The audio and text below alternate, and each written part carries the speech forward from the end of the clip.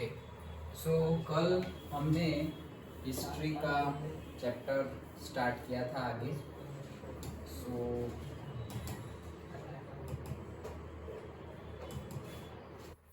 आगे देखते हैं हम।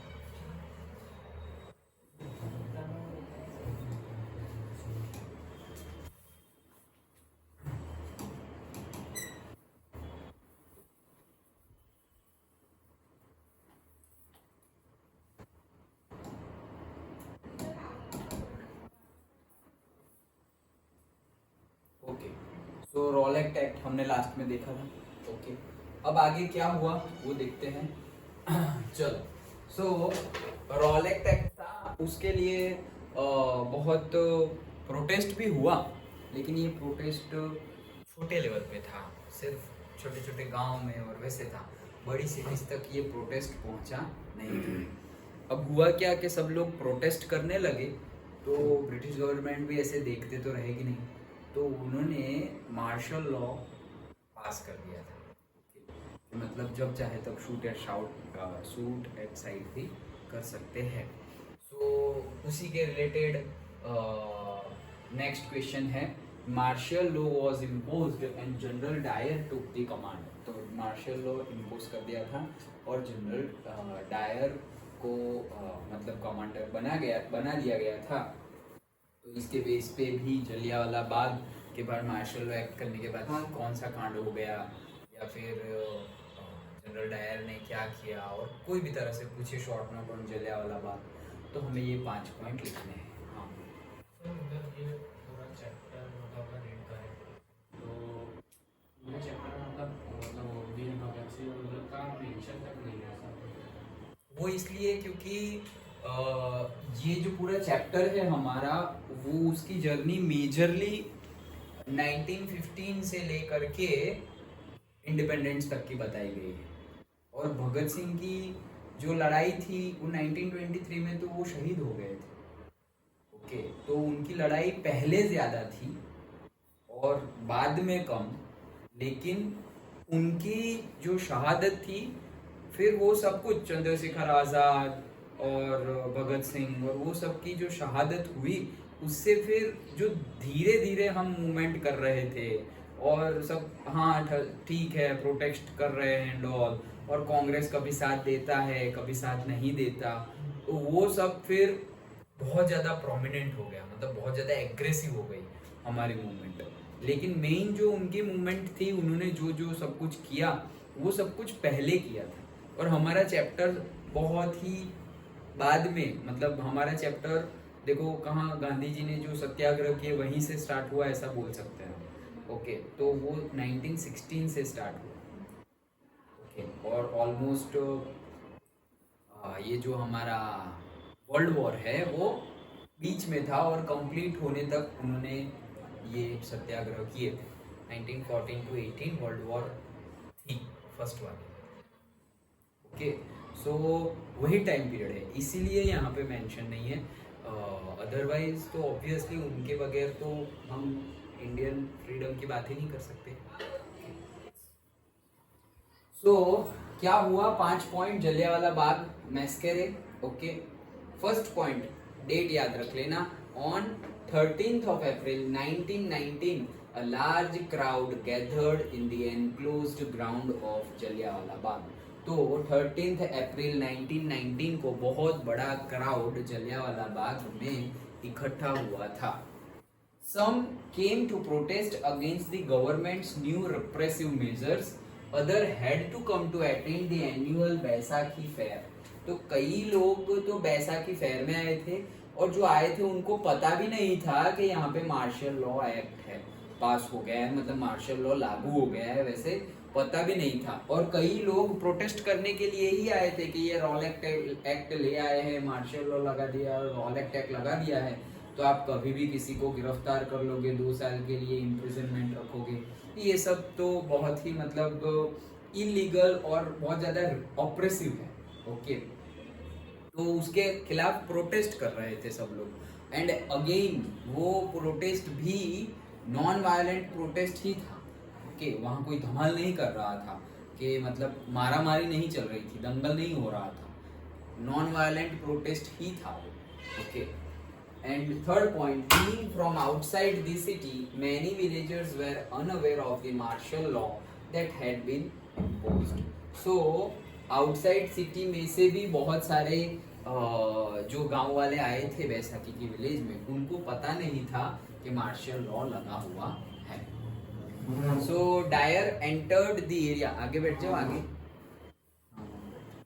Dyer entered the area, blocked the exit points and opened fire on the crowd, killing the hundreds of people। मतलब कि Dyer फिर एंटर हो गए और फिर जो क्लोज कर दिए गेट्स क्लोज कर दिए और उसके बाद ओपन फायर बोल दी कि फायर कर दो ऐसे। इसको भी बहुत मूवी मेकर्स ने फिल्माया है, तो सिर्फ तुम फिल्म में भी मूवीज में भी देखो तो मतलब हमें कुछ हो जाए ऐसे कि यार ऐसा मैच करे कि मेरी आंखों में से पानी आ जाए, सोच के और देख के देखो कैसा लगेगा। तो जिन्होंने ये फील किया होगा उनका तो मतलब हम वो फील तो हम कर भी नहीं सकते। ओके, सो बहुत hundreds ऑफ पीपल मर गए। हिज ऑब्जेक्टिव, और क्यों किया ऐसा, जनरल डायर ने ऐसा क्यों किया? His objective was to produce a moral effect, to create in the minds of satyagrahis a feeling of terror. मतलब कि वहाँ पर जो जनरल डायर ने ये क्यों किया और ब्रिटिशर्स ने ऐसा क्यों किया, क्योंकि उनको जो सत्याग्रही है, सत्याग्रही मतलब देखो वर्ड देखो, तोड़ो उसको, सत्याग्रह मतलब सत्य के लिए आग्रह। ओके, कि मतलब आग्रह इन द सेंस कि ट्रूथ को तुम सीख कर रहे हो और ट्रूथ ही अप्लाई करना चाहते हो, लेकिन again that is not violently. Okay, non violently. तो सत्याग्रह, तुम सत्य का आग्रह रख रहे हो, मतलब कि you are seeking the truth. Okay, और ट्रूथ सीख कर रहे हो, तुम तुम्हारे फायदे की बात नहीं कर रहे हो, जो सच है उसकी बात कर रहे हो।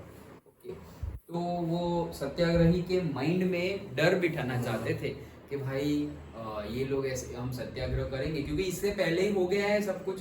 1916 हो गया, 17 हो गया, 18 हो गए, गांधी जी सब जगह गए थे, यहाँ गांधी जी थे नहीं। ओके, बट सब जगह, लेकिन ये जो प्रोटेस्ट कर रहे थे तो वो जलियांवाला बाग में गांधी जी नहीं थे। लेकिन ऐसा नहीं है कि सिर्फ यहाँ पे प्रोटेस्ट चल रहा था, पूरे नेशन वाइड प्रोटेस्ट चल रहा था, लेकिन मेन प्रोटेस्ट यहाँ चल रहा था और गांधी जी भी अलग जगह पे प्रोटेस्ट कर रहे थे फॉर द सेम इश्यू। ये लोग जो इश्यू के लिए प्रोटेस्ट कर रहे थे, गांधी जी भी वही इश्यू के लिए प्रोटेस्ट कर रहे ही थे, लेकिन यहाँ नहीं थे गांधी जी। ओके, तो ऐसा हुआ और हंड्रेड्स ऑफ लोग मर गए। सिंपल है, शॉर्ट नोट आए तो समझ में आता है। यहाँ ये तो हमारी हिस्ट्री है, मतलब ये तो और स्टोरी टाइप ही है कि ऐसा हुआ ऐसा हुआ ऐसा हुआ ऐसा हुआ, तो you can easily right. Okay, understood. चलो तो आगे देखते हैं।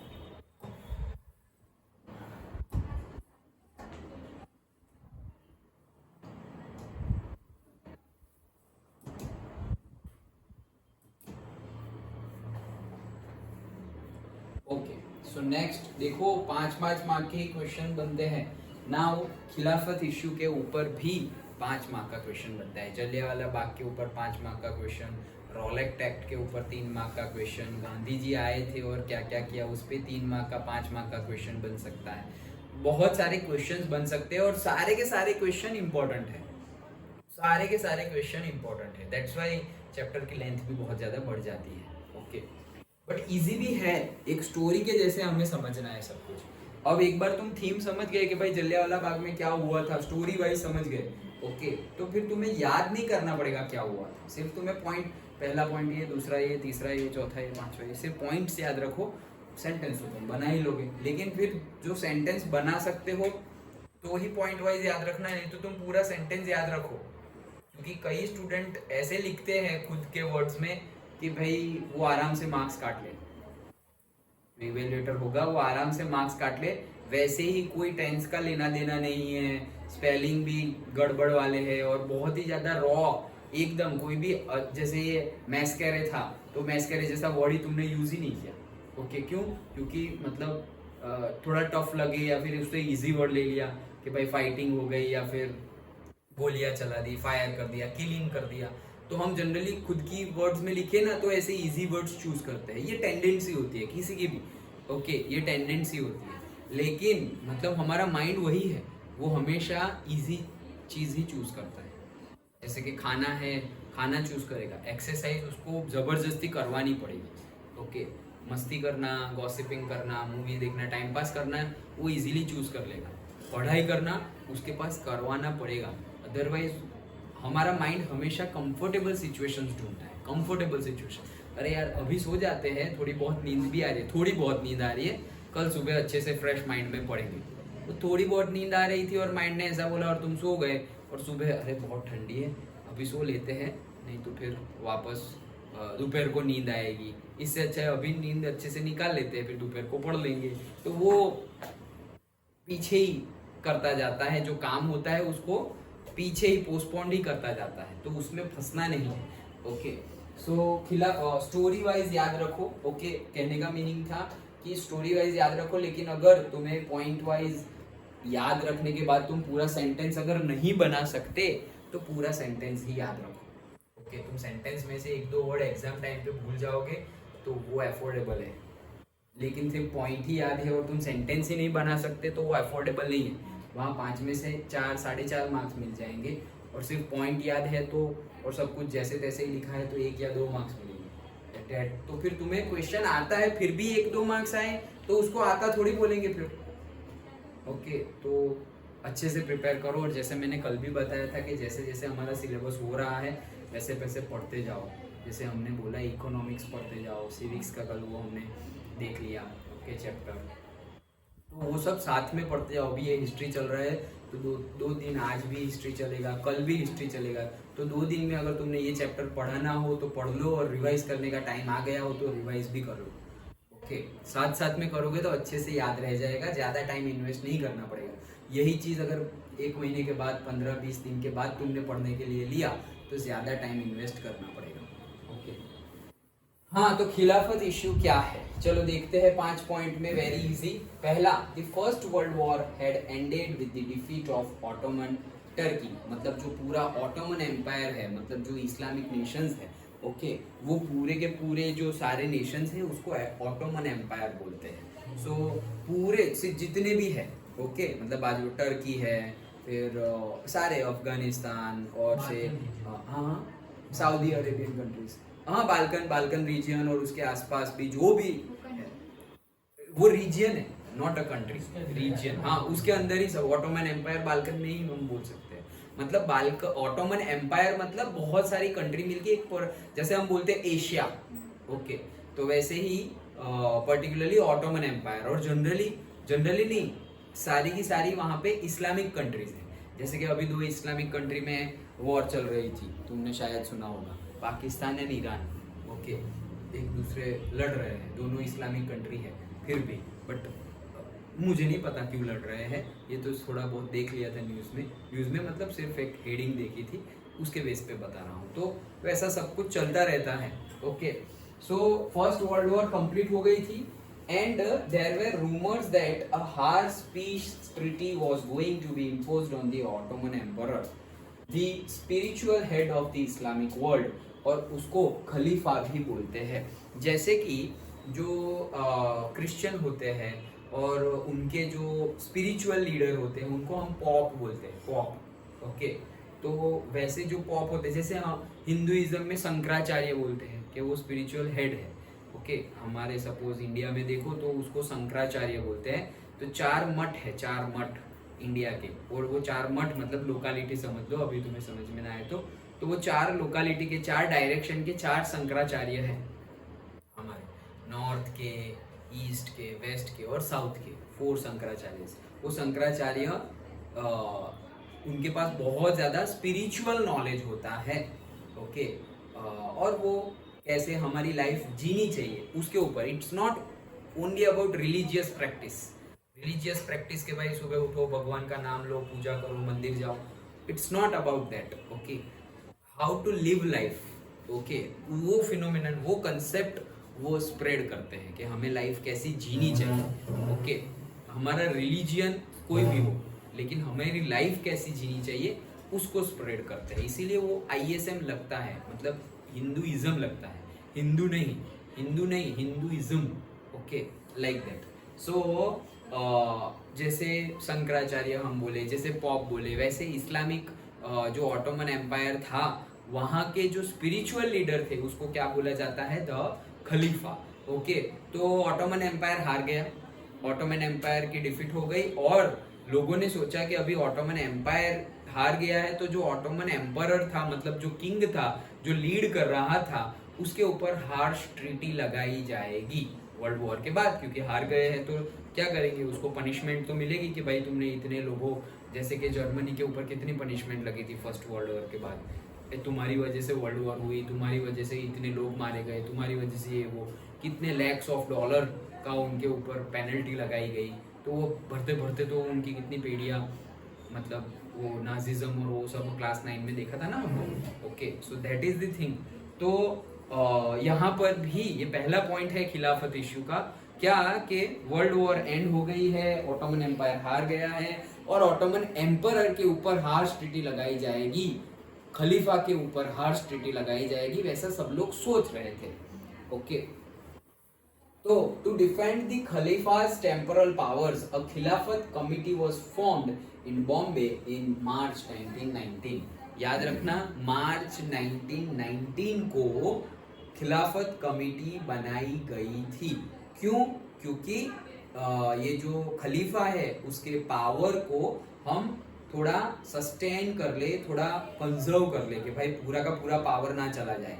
ओके, तो उसको सस्टेन करने के लिए, क्योंकि इंडिया में भी इस्लाम को फॉलो करने वाले मुस्लिम्स हमारी पब्लिक तो है ही।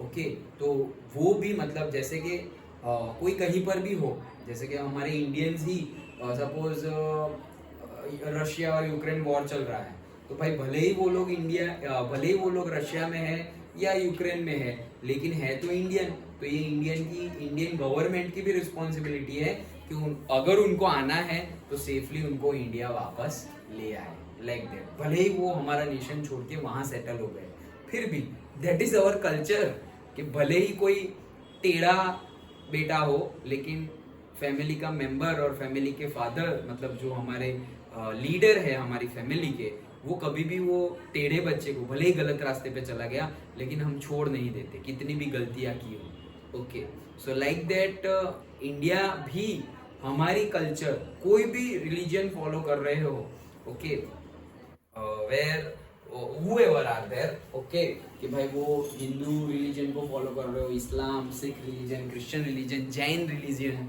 ओके, कोई भी रिलीजन को फॉलो कर रहे हो, अगर वो बोल रहे हैं कि भाई बचा लो, हमें सेव करो और हम आपकी शरण में आए हैं, आप जो बोलोगे वो हम करेंगे, तो ये हमारा कल्चर है कि भाई उनको हमें प्रोटेक्शन देना पड़ेगा।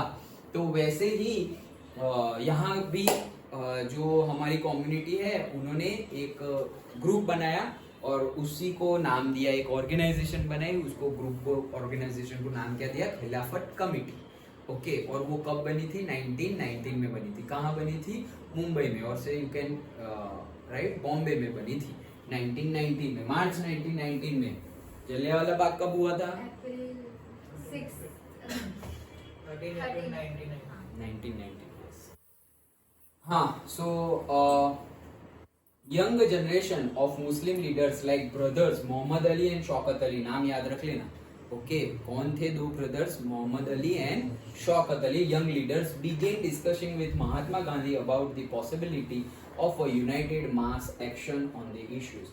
So ये दोनों यंग लीडर्स थे, मोहम्मद अली एंड शौकत अली, वो गांधी जी के साथ मीटिंग की कि भाई गांधी जी आपका भी सपोर्ट चाहिए। अब गांधी जी को यहाँ पर ट्रिक दिखा कि ये एक बहुत अच्छा मौका है हिंदू और मुस्लिम को एक साथ लाने का। ओके, कि भाई हम यूनाइटेड हो जाए, हिंदू और मुस्लिम यूनाइटेड हो जाए, अच्छा मौका है, तो हम खिलाफत इश्यू को सपोर्ट करेंगे। मतलब गांधी जी खुद हिंदुओं को बोलेंगे सबको कि भाई खिलाफत इश्यू को हमें सपोर्ट करना चाहिए, हमारे ही भाई लोग हैं, लाइक दैट। और उसके बदले में होगा क्या कि जो मुस्लिम्स थे वो किस में सपोर्ट करेंगे, वहां तो सपोर्ट करना ही है, खिलाफत इश्यू जो ऑटोमन एम्पायर है, खलीफा का पावर को प्रोटेक्ट करना है, वो तो है ही, लेकिन मुस्लिम हमारी जो लड़ाई है नेशनल मूवमेंट की, वहां भी सपोर्ट करें। मतलब ऐसा ना हो कि हम नेशनल मूवमेंट, हम फ्रीडम के लिए अंग्रेज के सामने लड़ रहे हैं और फिर हम अंदर ही अंदर लड़ रहे हैं रिलीजन के बेस पे। वो मेंटालिटी गांधी जी ने पहले ही डेवलप कर ली थी कि भाई हमें यूनाइट रहना है, फिर जाके लड़ेंगे। अगर हम अंदर अंदर ही लड़ते रहे तो क्या ब्रिटिशर्स के सामने हमें फ्रीडम मिलने वाली है। तो गांधी जी को ये एक अपॉर्चुनिटी लगी। Gandhi ji saw this as an opportunity to bring Muslims under the umbrella of a unified national movement. तो यूनिफाइड नेशनल मूवमेंट तो चल ही रही थी, गांधी जी ने तो आते ही ताबड़तोड़ सब सत्याग्रह शुरू कर दिए थे। ओके, मूवमेंट शुरू कर दी थी। तो गांधी जी को लगा कि मुस्लिम्स को भी यही नेशनल मूवमेंट के अंदर में ले आते हैं, तो मुस्लिम का भी सपोर्ट मिल गया। एट द सेम टाइम मुस्लिम को सपोर्ट मिल जाएगा खलीफा के पावर को प्रोटेक्ट करने के लिए, क्योंकि पूरा का पूरा इंडिया ही साथ दे रहा है।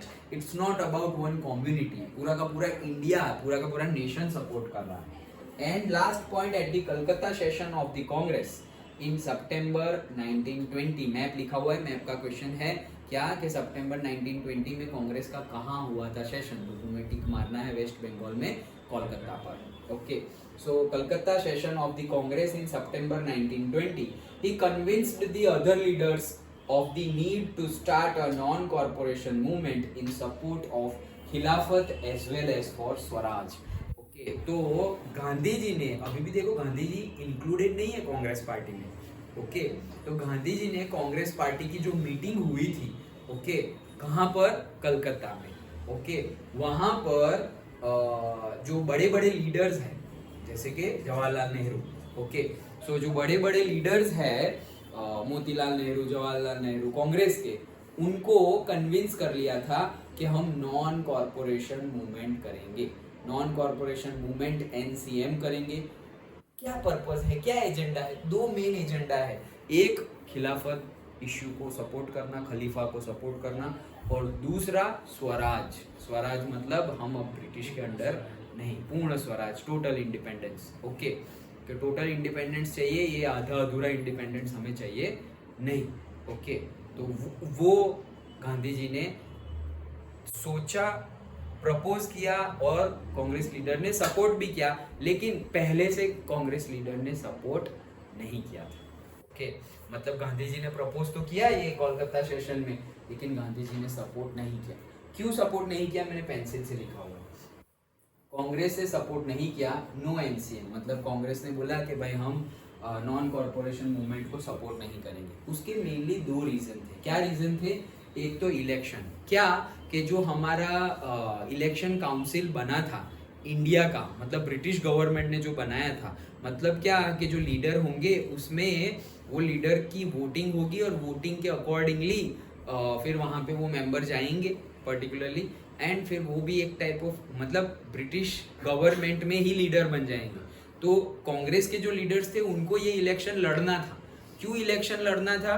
क्योंकि उनको लगा कि हम इलेक्शन लड़ेंगे, इलेक्शन लड़े और जीत गए तो हम भी गवर्नमेंट में आ गए, और गवर्नमेंट में तुम अगर आ गए तो तुम अपनी आवाज उठा सकते हो, भले ही तुम मेजोरिटी में नहीं हो, भले ही तुम रूलर नहीं हो, ऑपोजिशन में तो हो, एक नंबर तो एक नंबर, 2 3 4 5, माइनॉरिटी तो माइनॉरिटी, लेकिन गवर्नमेंट में हो, गवर्नमेंट में होंगे तो तुम अपनी आवाज उठा सकते हो, और आवाज उठाएंगे तो हमें फ्रीडम मिलने में मतलब टाइम नहीं लगता। ये मेंटालिटी किसकी थी? कांग्रेस की। उनको इलेक्शन लड़ना था, लेकिन नॉन कॉरपोरेशन मूवमेंट का ही मतलब क्या है? कोई भी चीज में कॉरपोरेशन नहीं।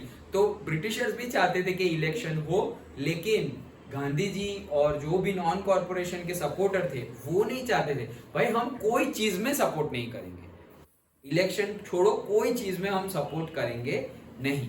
तो इसीलिए कांग्रेस ने पहले NCM को सपोर्ट नहीं किया। और दूसरा था वायलेंस। कांग्रेस सोच रही थी कि अगर NCM किया तो बहुत ज्यादा वायलेंस होगा।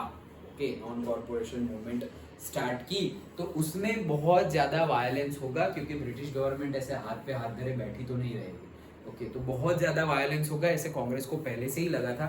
ये दो मेन रीजन की वजह से कांग्रेस ने पहले NCM को सपोर्ट नहीं किया, फिर बाद में किया, लेकिन पहले नहीं किया। ओके, तो कलकत्ता सेशन हुआ था सितंबर में 1920 में। डन, याद रह गए 5 पॉइंट। ओके, पहला खिलाफत, हाँ बोलो लाओ।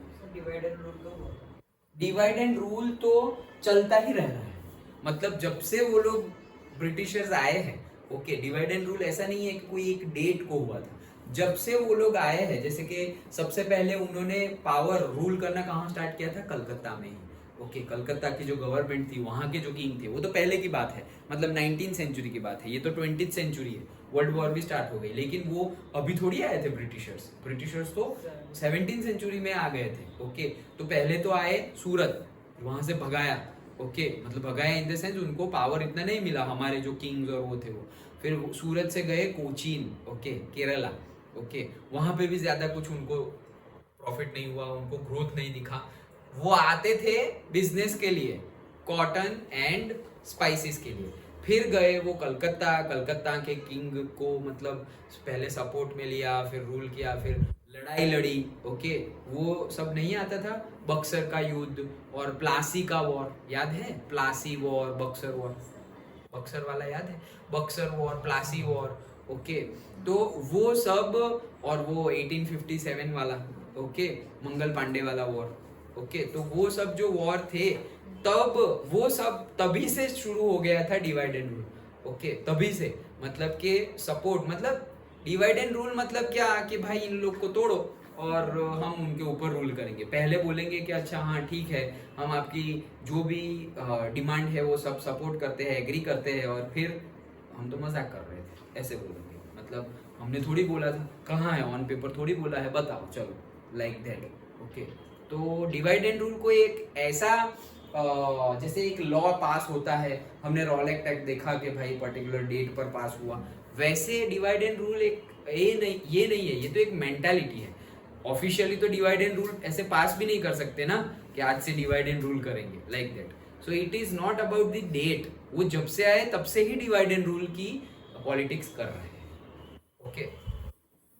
सो पहला पॉइंट हमने ऑटोमन एम्पायर का देखा, फिर वो उस खलीफा के पावर को प्रोटेक्ट करने के लिए कमिटी बनी, उसके बारे में बात की, कौन दो मेंबर थे, उन्होंने गांधी जी के साथ मीटिंग की, वो तीसरा पॉइंट है, गांधी जी को ये अपॉर्चुनिटी लगी, वो चौथा पॉइंट है, और कलकत्ता सेशन हुआ और गांधी जी ने एनसीएम स्टार्ट करने का प्रपोजल रखा, वो पांचवा पॉइंट, डन, ओके।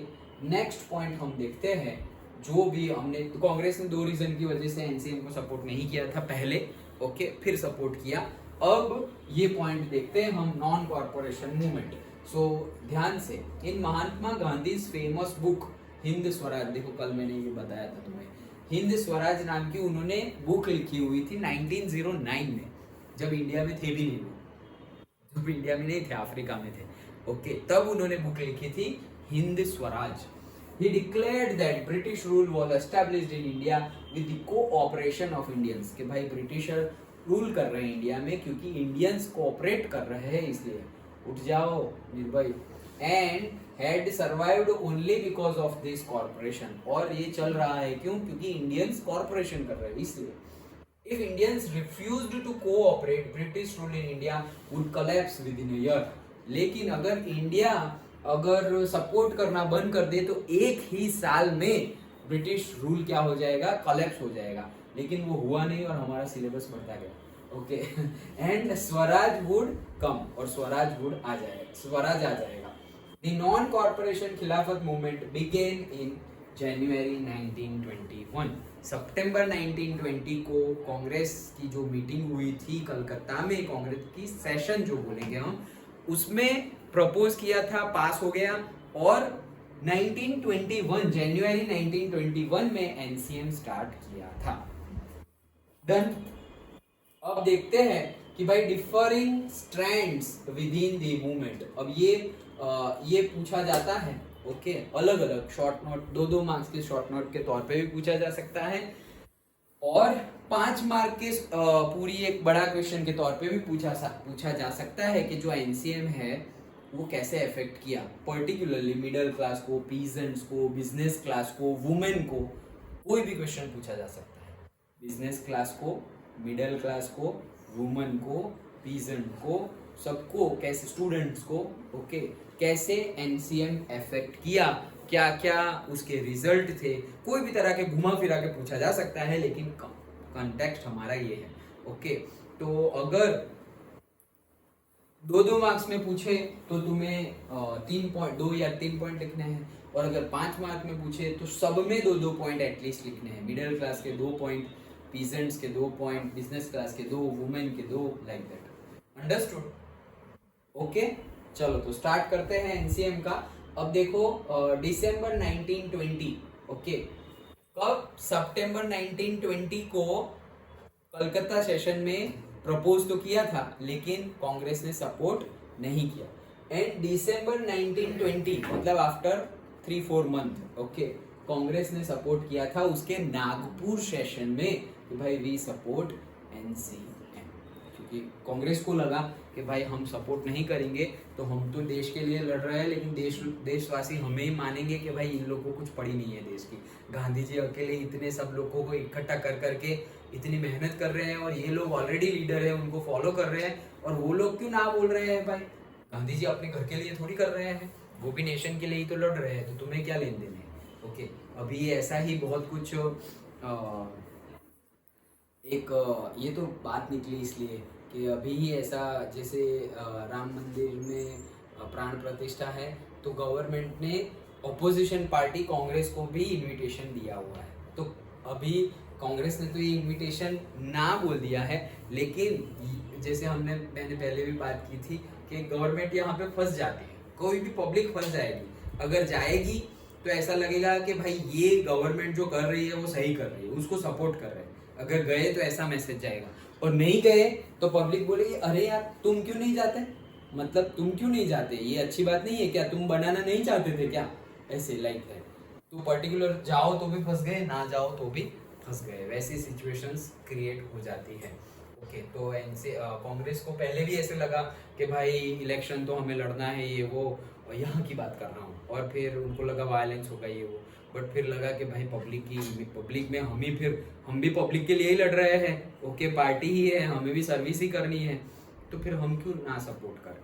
तो उनको लगा कि भाई ये तो गलत दाव लग गया, फिर वो वापस क्या हो गए, सपोर्ट करने लगे एनसीएम को। तो याद रखना, नागपुर सेशन में सपोर्ट मिला था और कलकत्ता सेशन में प्रपोज हुआ था।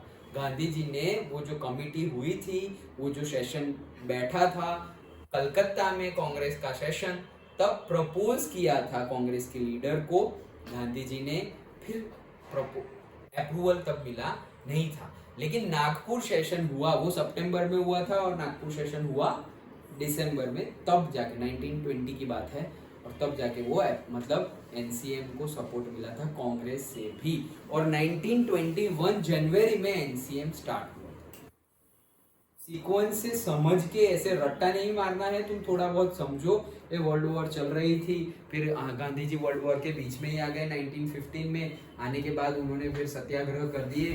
तो सबसे पहले तो 16 में सत्याग्रह किया, कहाँ पे? चंपारण, बिहार, ओके। फिर 17 में किया कहाँ पर? खेड़ा डिस्ट्रिक्ट, गुजरात। एंड 18 में अहमदाबाद में कॉटन मिल वर्कर के साथ में, ओके।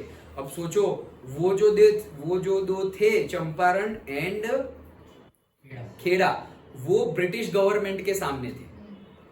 चंपारण वाला भी इंडिगो वाला कल बताया था, और जो खेड़ा वाला था वो तो रेवेन्यू टैक्स पीजेंट के साथ मिलके कि बहुत ज्यादा रेवेन्यू टैक्स है, हम नहीं पे कर सकते, फसल बर्बाद हो गई है, वो उसके लिए था, ब्रिटिश गवर्नमेंट के सामने। कॉटन मिल वर्कर वाला इंडियन मतलब कॉटन मिल का जो ओनर है उसी के सामने थी, ओके। वो सत्याग्रह किसके सामने था, वो स्ट्राइक किसके सामने थी? लिखो, मतलब यहाँ से कैरेक्टर पता चलता है कि तुम गलत कर रहे हो तो इसलिए हम तुम्हारे सामने हैं, फिर चाहे वो तुम ब्रिटिशर हो या तुम इंडियन हो। अभी कॉटन मिल का ओनर ब्रिटिशर नहीं था, वो इंडियन था, फिर भी उसके सामने लड़े, स्ट्राइक की, ओके, वो इंडियन था फिर भी। तो उससे बंदे का कैरेक्टर पता चलता है, okay, that is the thing. ऐसे ही कोई नोट पे नहीं आ जाता। ओके, चलो, गोली खाई है, जान दी है उनने भी। चलो, यहाँ पर भी बहुत कॉन्फ्लिक्ट्स है गांधी जी के ऊपर भी, okay. There are supporters of Nathuram Godse also, okay, जिन्होंने गांधी जी को गोली मारी थी। नाथुराम गॉडसे ने गांधी जी को गोली मारी थी और गांधी जी की डेथ हो गई थी, ओके। तो वो भाई साहब के सपोर्टर भी बहुत ज्यादा है इंडिया में आज की डेट में भी।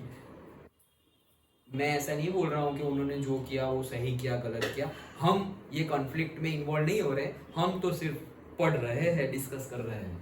ओके, सो स्टार्ट करते हैं एनसीएम का क्या हुआ। Differing strands with the movement, मतलब सबके लिए मूवमेंट डिफरिंग स्ट्रैंड्स, मतलब सबके लिए फ्रीडम कुछ अलग था, सबके लिए एनसीएम कुछ अलग था। बिजनेसमैन बोलेगा भाई ये रिस्ट्रिक्शन है ना, वो हटा दो, हम खुश हैं। भाई इंडिया की फ्रीडम के लिए लड़ रहे हैं, हाँ हाँ ठीक है, लेकिन पहले रिस्ट्रिक्शन हटाओ। ओके, तो पीजेंट बोलेंगे भाई हमारा टैक्स खत्म कर दो ना भाई, हमें कोई फर्क नहीं पड़ता तुम्हारा कहाँ फ्रीडम कब मिलेगा, खिलाफत इश्यू ये वो, हमारा टैक्स कम करो पहले, लाइक दैट। तो यहाँ के देखो सबके ऑब्जेक्टिव अलग अलग है, इसलिए इंडिया को टाइम लग गया फ्रीडम मिलने में। अगर प्रायोरिटी में हमने नेशन इंडिपेंडेंस रखा होता तो कब का मिल जाता। फिर चाहे हम अपनी इंडियन गवर्नमेंट को बोलते भाई टैक्स कम करो, ये कम करो, वो सब कुछ कहते, लेकिन हम छोटे छोटे डिमांड रखे हुए हैं। अरे बड़ी डिमांड को समझो, बड़ी रिक्वायरमेंट को समझो, सब लोग अपनी अपनी ही कर रहे हैं। ओके, सो क्या कर रहे थे, डिफरिंग स्ट्रैंड्स थे, सबके पॉइंट ऑफ व्यू अलग थे, तो वही बात देखने वाले हैं हम। मिडिल क्लास का क्या पॉइंट ऑफ व्यू था। The movement started with the middle class participated in the city, मतलब एनसीएम को सपोर्ट मिल गया मिडिल क्लास से सिटीज में। कैसे सपोर्ट मिला, thousands of students left the government controlled schools and colleges। ऐसे ही भाई पढ़ाई ऐसे भी नहीं करनी है, छोड़ो भाई नहीं पढ़ते। ओके, तो स्कूल में से और कॉलेज में से thousands of students गवर्नमेंट की स्कूल कॉलेजेस में से भाग गए, स्कूल अटेंड ही नहीं कर रहे। हेडमास्टर्स एंड टीचर्स रिजाइन, जो टीचर्स है, जो हेडमास्टर है, इवन जो पुलिस ऑफिसर है, वो भी यही जाते थे, हम जॉब नहीं करेंगे, लाइक दैट। ओके, सबने नॉन कॉर्पोरेशन, सब कोई सपोर्ट नहीं, ऐसे लाइक दैट। सो हेडमास्टर भी नहीं जा रहे, टीचर्स भी नहीं जा रहे, उन्होंने रिजाइन रख दिया। And lawyers gave up their legal practice, lawyers है, डॉक्टर्स है, सब लोगों ने अपनी प्रैक्टिस भी छोड़ दी। प्रैक्टिस छोड़ दी मतलब कि वो ना केस लड़ रहे हैं, डॉक्टर्स ना पेशेंट्स को ठीक कर रहे हैं। अब सोचो क्यों, क्योंकि हम सपोर्ट, मतलब ये किसकी बात चल रही है, government lawyers, government doctors, government school colleges, government के लिए काम करने वाले टीचर्स एंड प्रोफेसर्स, उनकी बात चल रही है। ओके, मतलब ऐसा नहीं बोल रहे हैं कि भाई कोई टीचर कुछ पढ़ाना ही बंद कर दिया, पढ़ाना बंद कर दिया, ऑफिशियली रिजाइन रख दिया है कि भाई तुम्हारे लिए हम क्यों काम कर रहे हैं। ओके, तुम तो हमें इंग्लिश पढ़ा रहे हो, हमारे स्क्रिप्चर्स तो पढ़ा नहीं रहे हो। Okay, like that. एक्चुअली एक वापस अलग टॉपिक पे चले जाएंगे, लेकिन ये 1850 तक इंडिया की जो आश्रम सिस्टम थी और स्कूल सिस्टम थी, वहाँ पर हम हमारे स्क्रिप्चर्स पढ़ते थे 1850 तक। फिर सोचा कि भाई अगर तहस नहस करना है हिस्ट्री को, मतलब फिर से हमें हमारी हिस्ट्री लिखनी है अगर ये रीजन में, तो सबसे पहले एजुकेशन पे अटैक करना पड़ेगा। तो उन्होंने हमारे स्क्रिप्चर्स ही निकाल दिए सिलेबस में से। किसने, ब्रिटिशर्स ने स्क्रिप्चर्स ही हटा दिए। ओके, स्क्रिप्चर्स हटा दिए एंड इंग्लिश डाल दिया। और वो भी क्यों डाला कि भाई हमारी गवर्नमेंट है, भाई पढ़े लिखे प्यून हो तो अच्छी बात है ना, तो हम इंग्लिश आता है तो उनको काम करवाएंगे ये वो। और जो स्क्रिप्चर्स थे वो हटा दिए 1850 के आसपास। सो एग्जैक्ट ईयर नहीं है, बट वही टाइम पीरियड है 1850 के आसपास। सिलेबस पूरा चेंज कर दिया, स्क्रिप्चर्स पढ़ा नहीं रहे हैं। और अब तब से हम ये जो मॉडर्न वेस्टर्न वर्ल्ड है कि भाई गैलीलियो ने ये किया, न्यूटन ने ये किया, आर्किमिडीज ने ये किया, तब से लेके आज की डेट तक अभी का जो हमारा सिलेबस है वो भी ब्रिटिश सिस्टम ने जो डिजाइन किया था 90% वही सिलेबस फॉलो हो रहा है। जितने भी चेंज हुए हैं दोज चेंजेस आर जस्ट 10%। सोचो 75 इयर्स हो गए इंडिपेंडेंस को, लेकिन अभी भी हम एजुकेशन में इंडिपेंडेंट नहीं हुए हैं। वो लोग जो फॉलो करवाना चाहते थे हम अभी भी वही फॉलो कर रहे हैं, अभी भी हम वही फॉलो कर रहे हैं। 75 इयर्स हो गए इंडिपेंडेंस को, अभी भी वो फॉलो कर रहे हैं। सोचो कितने रॉन्ग डायरेक्शन में हम अभी भी है। क्या करें, किसी को इंपॉर्टेंस दिखता नहीं है। जैसे उनको इंपॉर्टेंस दिखा तो उन्होंने कैसे चेंज ले आए, ये एजुकेशन पे अटैक करो, उनको जो उनका है वो पढ़ाना छोड़ दो, नया दो, वेस्टर्न कल्चर बताओ, वेस्टर्न खाना बताओ, वेस्टर्न क्लोथ्स बताओ, सब कुछ वहाँ का अट्रैक्शन दिखाओ, तो वो खुद का भूल जाएंगे। वैसा ही होता है, तुम जब भी अगर बाहर तुम दूसरे के ऊपर ये कितना पढ़ रही है, ये कितना पढ़ रहा है, ये तो तुम भूल जाओगे कि एक्चुअल में तुम पढ़ रहे हो या नहीं पढ़ रहे हो। क्यों? क्योंकि तुम्हारा ध्यान बाहर है। ओके, दुनिया चलती रहती है, हमारे आने से पहले भी चलती थी, हम अभी है तब भी दुनिया चल रही है, और हमारे जाने के बाद भी दुनिया चलती ही रहेगी। तो उस पॉइंट ऑफ व्यू से तो बी सेल्फिश, अपना काम करो। बी सेल्फिश मतलब अपना काम करो, ऐसा नहीं है कि तुम मतलब ऐसे ही टाइम पास कर रहे हो। ओके, उससे कुछ नहीं होने वाला। लोग मूवीज पे मूवीज बनाते जाएंगे और हम टाइम पास, लोग रील्स पे रील्स बनाते जाएंगे, यूट्यूब वीडियोस बनाते जाएंगे और हम टाइम पास करते जाएंगे। वो लोग सिर्फ बना के अर्न कर रहे हैं और हम कंज्यूम कर रहे हैं सिर्फ, और टाइम वेस्ट कर रहे हैं। हम अर्न नहीं कर रहे, चलो अर्न करते तो भी समझते कि कुछ हेल्प हो रही है घर में। अगर तुम्हें बहुत ही अच्छा लगता है यूट्यूब, तुम्हें बहुत ही अच्छा लगता है सोशल मीडिया, तो be a creator, don't be a consumer. Creator बनो इन अ गुड सेंस, कि मतलब तुम एक पॉजिटिविटी भी सोसाइटी में स्प्रेड कर रहे हो, एट द सेम टाइम कुछ अर्न भी कर रहे हो। ओके, और अगर कंज्यूम ही करना है तो भाई पहले टीवी देखते थे, अभी सोशल मीडिया देखते हैं, आगे जाके पता नहीं क्या क्या देखेंगे, न्यूज़पेपर पढ़ते थे। टाइम पास, टाइम को हम पास कर दे रहे हैं। हम आए और गए, कुछ तो होना चाहिए, नहीं तो वही चीज़ जो मैंने बताई, दुनिया चलती थी, चल रही है और चलने ही वाली है। और तुमने आके क्या उखाड़ा, क्या किया? एटलीस्ट आज ही मुझे पता चला, टुडे, आज पता चला कि जब, तुम्हें भी नहीं पता होगा, 100% नहीं पता होगा, कि रामायण थोड़ी बहुत तो तुम्हें पता ही होगी, स्टोरी बहुत, जो थीम स्टोरी है वो। तो जब कैकेयी जी ने अपना वरदान मांगा दशरथ जी से, और दशरथ जी ने राम जी को बोला, कल सुबह मतलब राम जी का राज्य अभिषेक होने वाला था, वो राजा जी बनने वाले थे, राजा बनने वाले थे अयोध्या के राम जी, और शाम को ऐसा हुआ और बोले कि कल सुबह ही तुम्हें 14 वर्ष के लिए वनवास जाना है, 14 ईयर्स। Okay, exile. तो सोचो, और सबने एक्सेप्ट कर लिया है कि हमारा राजा राम, ओके, राम राज्य आने वाला है। सब लोग खुश है कि कल सुबह से हमारे राजा, अभी दशरथ राजा है तब भी खुश है, लेकिन नए राजा आने वाले हैं। ओके, राजा राम आने वाले हैं, तो सब खुश है। ओके, और अचानक से फिर पता चलता है कि भाई 14 साल के लिए राम जी वनवास जा रहे हैं। तो बात क्या थी कि अभी तो न्यूली वेडेड ही थे राम जी भी, तो पिता की आज्ञा की वजह से कि भाई पापा ने बोला है करने का है, इसलिए करने का है, लाइक दैट। तो वो सिर्फ मानने के लिए, हम किससे, ये एनिमल से मतलब हम इंस्पायर्ड हो जाते हैं कि हाँ पापा के लिए इतना मारपीट कर रहा है ये। वो एनिमल मूवी वो थीम पे बनी हुई है, मैंने देखी नहीं है बट मुझे पता है कि वो थीम पे बनी हुई है कि उसके पापा को किसी ने गोली मारी और फिर वो एकदम ही एनिमल जैसे सबको मार रहा है, काट रहा है। भाई कहाँ से तुम मतलब कहाँ से मोटिवेट हो रहे हो, कहाँ से इंस्पायर्ड हो रहे हो? वो हमारा इंस्पिरेशन ये नहीं है। हमारा इंस्पिरेशन वो है कि पापा और यहाँ पापा ने आशीर्वाद दिया था मदर को, मतलब हस्बैंड ने आशीर्वाद दिया था और बून दिया था, ओके, कि तुम्हें जो मांगना है मांगना। तब वाइफ ने बोला कि भाई अभी तो नहीं मांगना, लेकिन जब समय आएगा तब मांगो। अब सोचो, पापा ने, हस्बैंड ने वाइफ को बोला था कि तुम कुछ मांगो, और वाइफ ने बोला कि मैं समय आएगा तब मांगूंगा। और अब ये सबका रिलेशन राम जी से क्या है भाई? मैंने तुम्हारा क्या बिगाड़ा, लाइक दैट। भाई बड़ा मैं हूं, मैं राजा बनूंगा, लेकिन उसी टाइम पे वाइफ ने बोला कि याद है ना आपने वो सालों पहले मुझे वरदान दिया था, चलो आज मैं मांगती हूँ राम जी को नहीं, इनको, भरत को राजा बनाओ, लाइक दैट, मेरे बेटे को राजा बनाओ।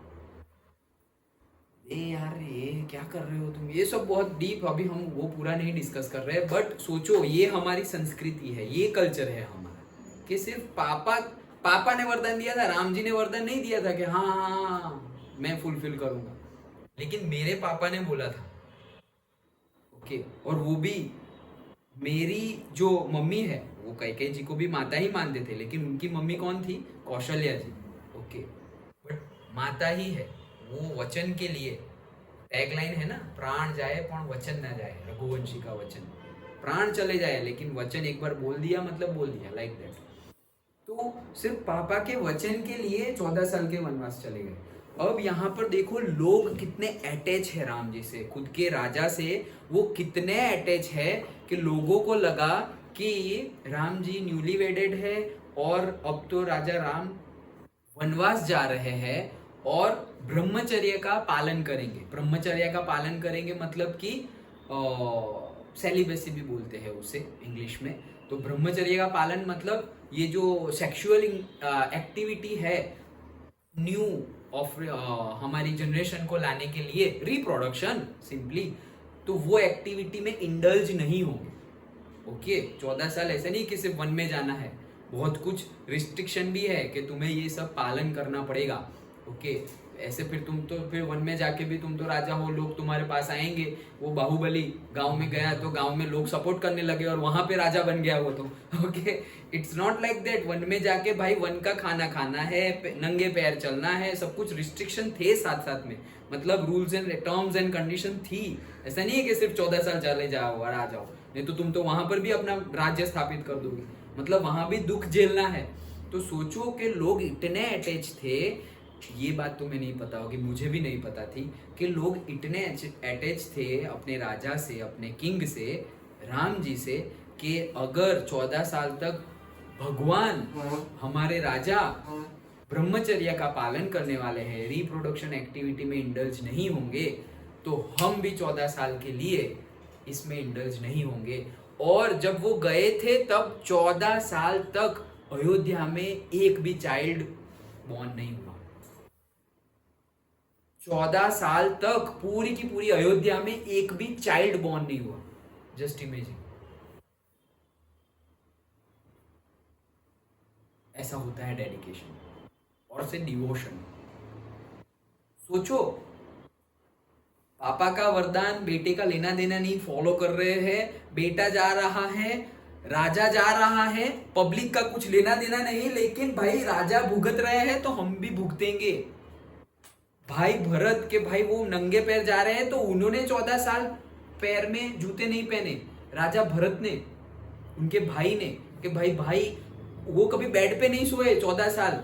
भरत जो महल में है वो बेड पे नहीं सोए, वो नीचे सोते होंगे, मेरे भाई नीचे सोते होंगे, मेरे भाई भाभी वो नीचे सोते होंगे झोपड़ी में, तो मैं भी नीचे वो ऐसा बना के गद्दे पे नहीं, ओके नीचे जमीन पे सोऊंगा। है अभी आज ऐसा कुछ? एक पोएम मैंने सुनी थी, बहुत ही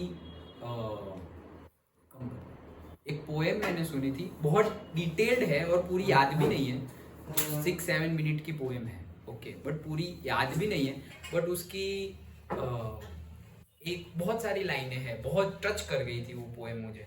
बट ऐसा था कि तुम्हारे, एक उसका फ्रेज था, तुम्हारे नाम जपो में अभी पहले जैसा आराम नहीं, तुम्हारे नाम जपो में अभी पहले जैसा आराम नहीं, और जबरदस्ती के जय श्री राम में सब कुछ है पर राम नहीं।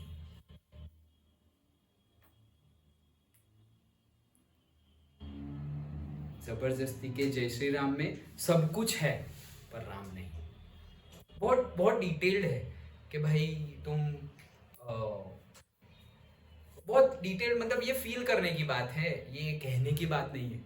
वो बहुत सब कुछ बताया हुआ है कि भाई अघोर क्या है पता नहीं और शिव जी का वरदान चाहिए, और ब्रह्मचर्य का इल्म नहीं और हनुमान जैसा भक्त चाहिए। कि हनुमान जी ब्रह्मचारी थे, ओके पूरी लाइफ ब्रह्मचारी थे, अभी भी ब्रह्मचारी है, ओके और ब्रह्मचर्य क्या है हमें पता नहीं, और हमें भक्त चाहिए हनुमान जी जैसा। अघोर क्या है, सन्यासी क्या है पता नहीं, और हमें शिव जी से वरदान चाहिए। मतलब वो कविता स्टार्ट कहाँ से होती है पता है? पता है राम कौन है, चलो बताओ, और फिर साइलेंस, ऐसे यहाँ से स्टार्ट।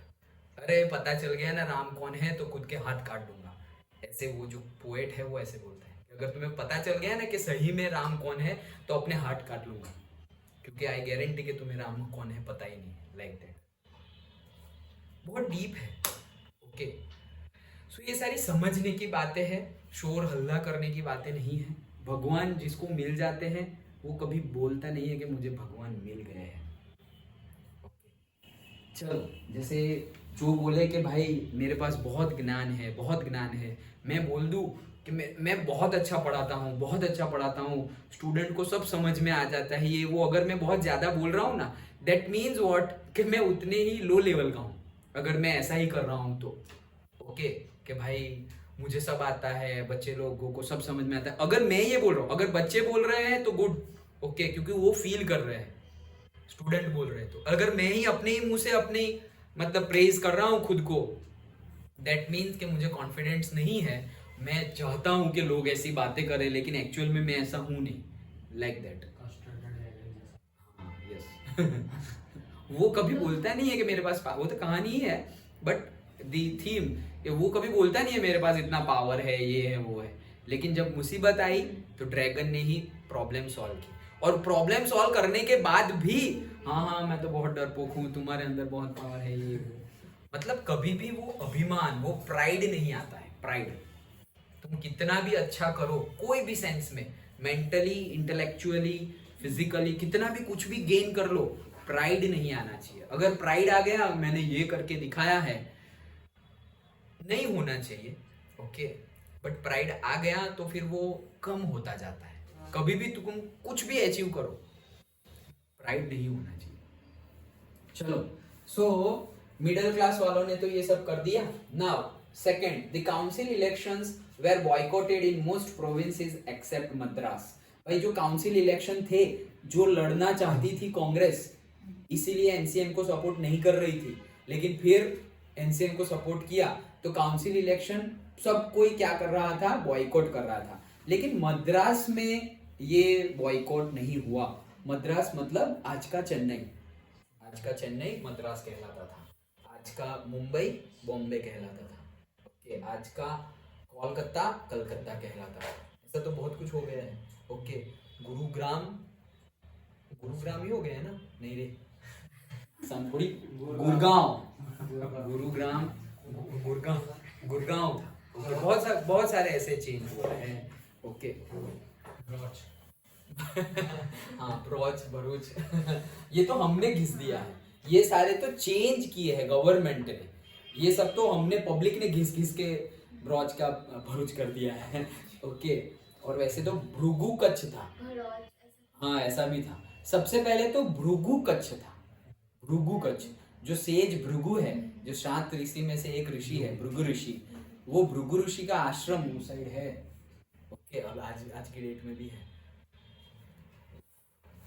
नहीं रे, मनन आश्रम तो ये रहा, हम गए थे वो कबीर, नहीं, कबीर वर्ड सेज कबीर का है, रिवर के उस साइड है, रिवर के उस साइड, अंकलेश्वर साइड, ओके। लेकिन जस्ट साइड में ही है, ऐसा नहीं कि अंकलेश्वर जाना है, जस्ट साइड में ही है।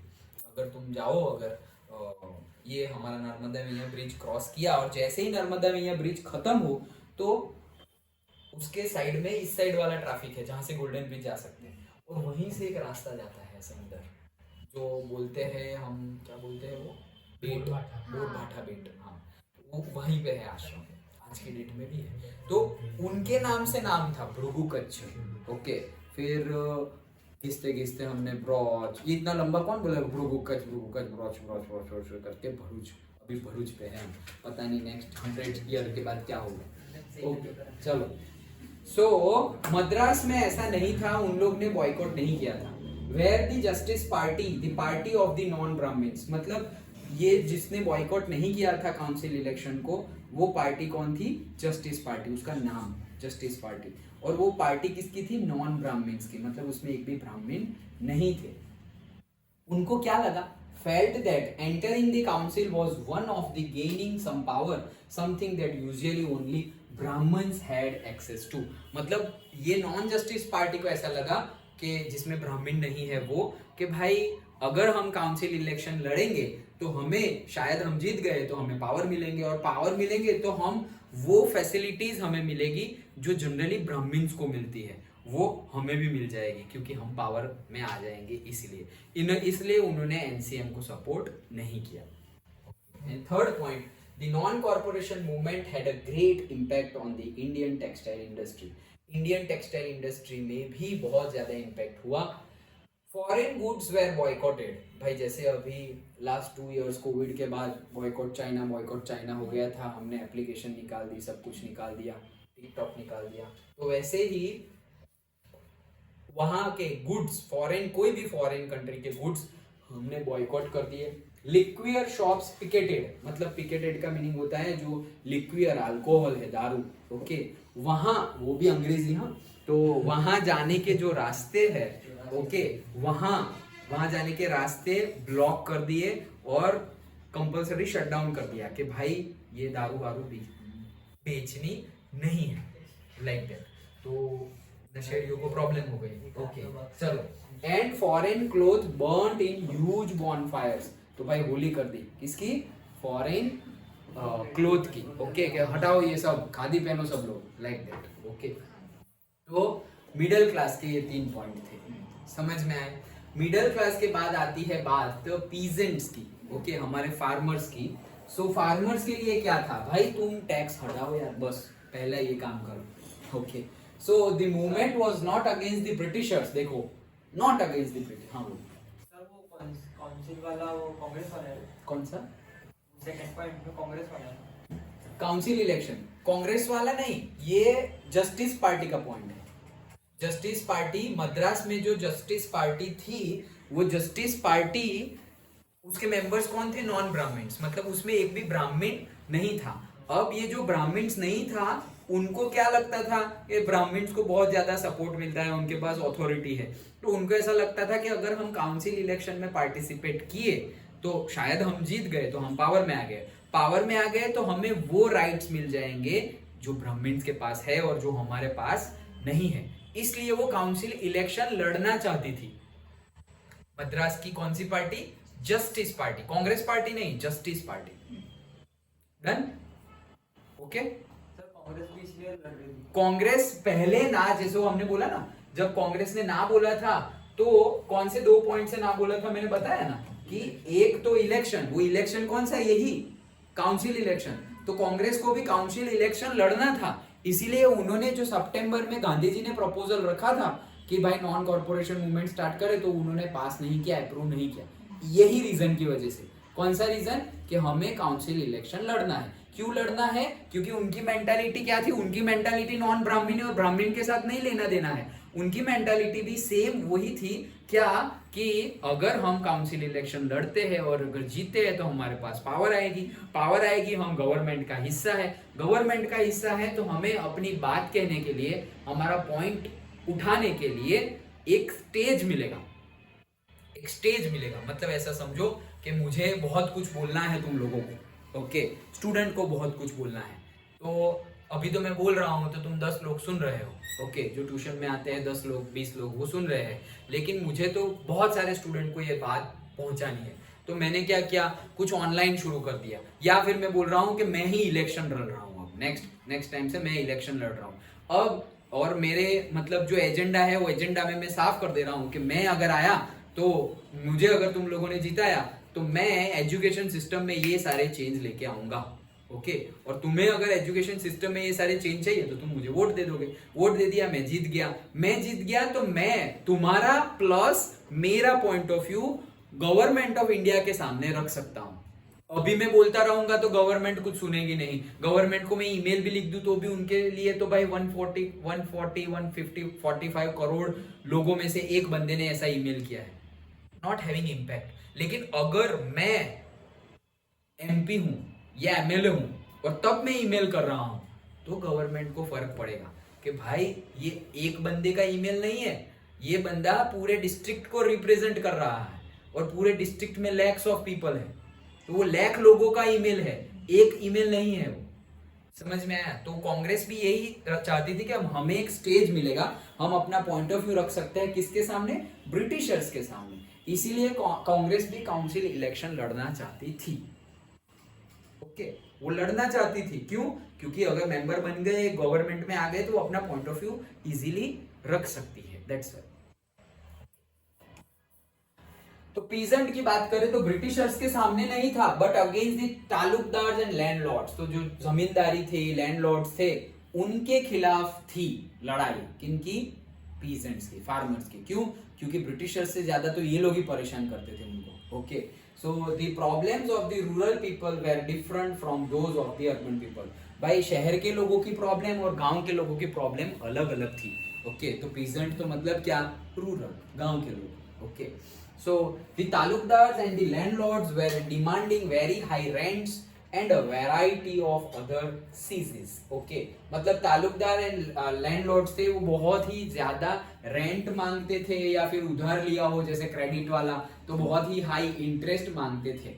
और ये सब तो है, और भी बहुत कुछ अदर सीजेस ऑल्सो, मतलब कि बहुत कुछ मांगते थे। बहुत कुछ का मीनिंग है कि सपोज अरे अगर कोई फार्मर का बेटा सपोज बार्बर है, मेरे घर में बाल काटने आ जाना, ऐसे लाइक दैट, पूरी फैमिली के बाल काट दो, तो फ्री में ये सब काम करवाते थे। इनके पास जो उनके पीजेंट, उनके पास से जिन्होंने लोन लिए है, पैसे लिए हैं, जो रेंट पे है, उस सब के पास से दूसरा सब काम भी करवा लेते थे और उसके वेजेस भी नहीं मिलते थे, बट फ्री ऑफ कॉस्ट काम करवाते थे। कौन? Taluqdars and landlords. Peasants had to do beggar and work at landlord's farm without any payment. beggar का मतलब भीख मांगना नहीं है। beggar का मीनिंग है काम भी करना और पेमेंट भी ना मिलना। यहाँ पर begging और beggar का मतलब beggar मतलब भिखारी। ओके, तो भिखारी नहीं है यहाँ पे beggar का मीनिंग। नहीं, यही किसका beggar की स्पेलिंग क्या होती है? यही होती है, डबल जी आता है। हाँ, यस, बेगिंग, हाँ, यस। तो कंफ्यूज मत हो जाना, मतलब बेगर मतलब कौन सा बेगर? वो भिखारी तो स्पेलिंग ही अलग है। बेगर का मीनिंग क्या होता है यहाँ पर? कि तुम्हारे पास काम करवाया और पैसे भी नहीं दिए। ओके, विदाउट वेज काम करवाने। So peasants had to do begar and work at landlords farm, मतलब खेत में भी काम करना है विदाउट एनी पेमेंट, पेमेंट भी नहीं मिलेगा। The tenants had no security of tenure, मतलब कि जो भी टेनेंट्स है, जो पीजेंट्स है हमारे, उनको कोई सिक्योरिटी नहीं है, टेन्योर नहीं है, मतलब कोई टाइम पीरियड नहीं है। टेन्योर मतलब कोई टाइम पीरियड नहीं है कि भाई इतने टाइम पीरियड के लिए काम करना है, ये वो, मतलब एक्सप्लॉयटेशन होता था in short. They were regularly evicted so that they could acquire no right over the leased land. मतलब कि उनको रेगुलरली एविक्टेड किया जाता था। एविक्टेड करना मतलब क्या? इलीगली कोई भी उनकी चीज ले लेनी।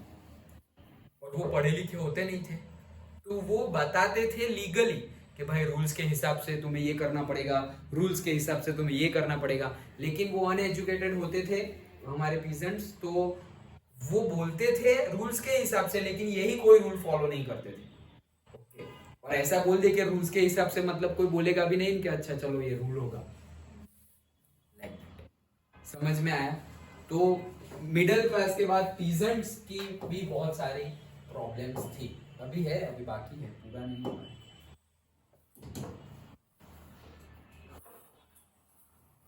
हाँ, तो सेकंड नंबर पे है, as the problems of the people were different their demand were also different. तो भाई उनकी डिमांड भी डिफरेंट थी, तो इनकी क्या डिमांड थी? देखो, रिडक्शन ऑफ रेवेन्यू, कि भाई जो रेवेन्यू टैक्स है उसमें रिडक्शन लाओ। ये किसका? उसी का, पीजेंट का ही, यस, पीजेंट का ही। देन एबोलिशन ऑफ बेगर, तो भाई ये जो बेगर एक्टिविटी है, मतलब तुम काम करवा रहे हो, पैसा नहीं दे रहे हो, उसको खत्म करो, एबोलिश कर दो। थर्ड, रीडिस्ट्रीब्यूशन ऑफ लैंड, कि भाई जो लैंड है हमारी इलीगली सबने हथिया ली है, मतलब कि इलीगली हमारी लैंड उन्होंने ली है और अब वो लोग हमें ही रेंट पे हमारी जमीन पे काम करवा रहे हैं। मतलब सोचो, किसी की लैंड है, किसी ने ले ली, अब वो बोल रहा है तुझे मेरे वहां पे काम करना है ना, तो तू काम कर। तो वो बंदा खुद की ही जमीन पे काम कर रहा है और उसके भी उसको पैसे नहीं मिल रहे हैं, खुद की ही जमीन पे काम कर रहा है। तो एक तो लैंड खुद की, तो भी उसको परमिशन चाहिए कि भाई मुझे आपकी जमीन पे काम करना है, और काम कर रहा है तो पैसे भी नहीं मिल रहे हैं। क्यों? क्योंकि it is coming under the beggar activity. हाँ सर, वो जो आपने बोला अभी लास्ट वाला कि रीडिस्ट्रीब्यूशन ऑफ लैंड, वो तो अफवाह फैली थी ना उधर कि रीडिस्ट्रीब्यूशन ऑफ लैंड होनी चाहिए, ऐसा गांधी जी ने बोला, ऐसा हाँ, यस यस यस, और हुई भी थी इंडिपेंडेंस के बाद, हुई भी थी, लेकिन पहले जो है वो रीडिस्ट्रीब्यूशन करो, ऐसी उनकी डिमांड थी कि करो, लेकिन हुआ नहीं था कुछ। ओके, ये तो डिमांड थी कि भाई लैंड का रीडिस्ट्रीब्यूशन करो, क्योंकि हमारी लैंड इलीगली इन सब लैंडलॉर्ड्स ने ले ली है। Okay, and social boycott of oppressive landlords, कि भाई जो भी ऑपरेसिव लैंडलॉर्ड्स है उनका बॉयकॉट करना है। सोशल बॉयकॉट मतलब क्या, कि वो लैंडलॉर्ड्स कहीं पर काम ही नहीं करेंगे, सब कोई उनका मतलब बॉयकॉट करेगा, उसको अपोज करेंगे। जो ऑपरेसिव लैंडलॉर्ड्स है मतलब जो जिनकी नीयत ही सही नहीं है, मतलब देखो पीजेंट भी इंडियन है और वो भी इंडियन है, लेकिन ये बंदे को भाई बस मनी भाई ही दिख रहा है। ओके, सो फिर पीजेंट क्या बोलेंगे, भाई हाँ एनसीएम को सपोर्ट करेंगे, तुम फ्रीडम लेके आओ, लेकिन ये हमारी कंडीशन तो पहले हमारे खाने के लिए तो कुछ होना चाहिए, पैसे तो होने चाहिए कुछ ना कुछ, पहले ये सब तो सॉल्व करो, लाइक दैट। तो ये उनकी डिमांड थी। Then third point, the movement in the countryside had a different angle and ways of protest. तो भाई पूरे इंडिया में ही पीजेंट है, पूरे इंडिया के पीजेंट की डिमांड तो यही सब थी, लेकिन वो डिमांड के बाद प्रोटेस्ट करने का तरीका सब जगह अलग था। कई जगह पर नॉन वायलेंटली प्रोटेस्ट हो रहा था, कई जगह पे वायलेंस के साथ भी प्रोटेस्ट हो रहा था। ये सब जगह अलग अलग था, तो वो देखते हैं हम। In many places landlords were deprived of the services of barbers, cobblers and washerman. तो बहुत सारी जगह पर ये देखो अब प्रोटेस्ट कैसे कर रहे हैं कि जो सर्विसेज है लैंडलॉर्ड को, वो लैंडलॉर्ड्स को, वो तालुकदार्स को सर्विस देना ही बंद कर दिए। ओके, कौन सी सर्विसेज, बार्बर्स, नाई, लैंडलॉर्ड्स के बाल काटने कोई नहीं जाएगा, लाइक दैट। कॉबलर्स, मोची जो शू रिपेयर करते हैं वो, एंड वॉशर्समैन, धोबी।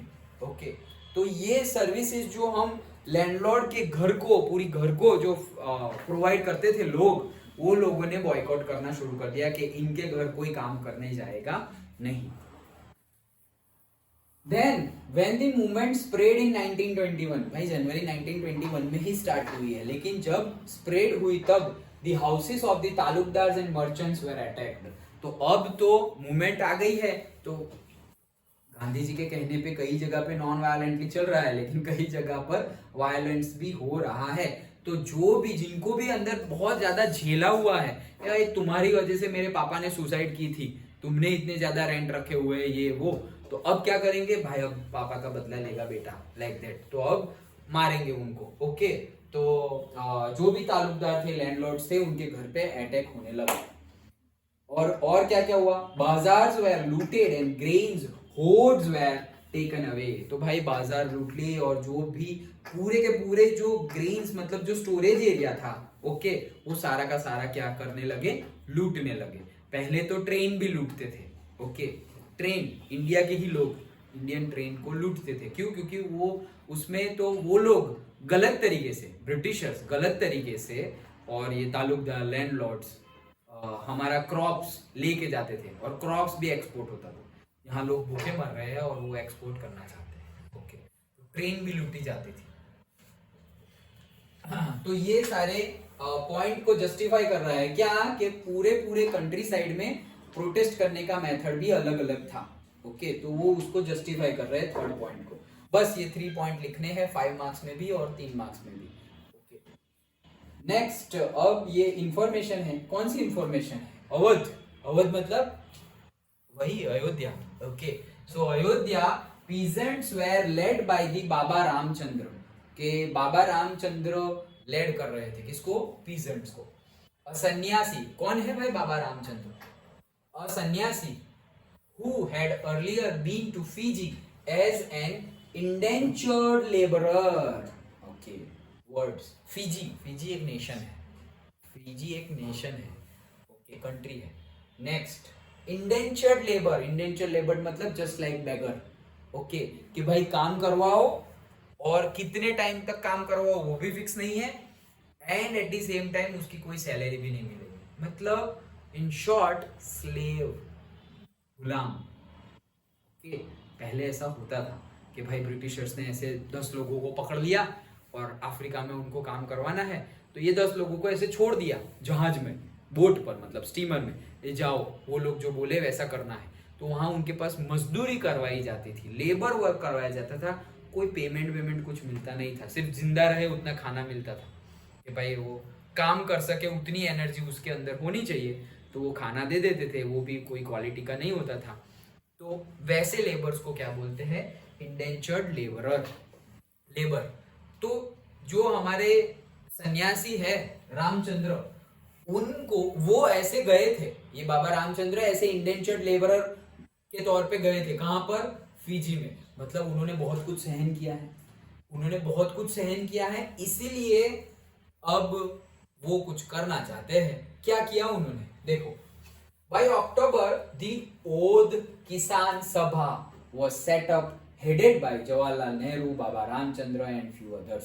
तो याद रखना, ओध किसान सभा कौन से ईयर में एस्टैब्लिश हुई थी? सभा मतलब एक कमिटी है, एक ग्रुप है, ओके। तो 1921 में ही बनी थी। और किसने बनाई थी? बाबा रामचंद्र, जवाहरलाल नेहरू और दूसरे थोड़े लोगों ने मिलके बनाई थी। क्या बनाई थी? ओध किसान सभा। Done? Okay.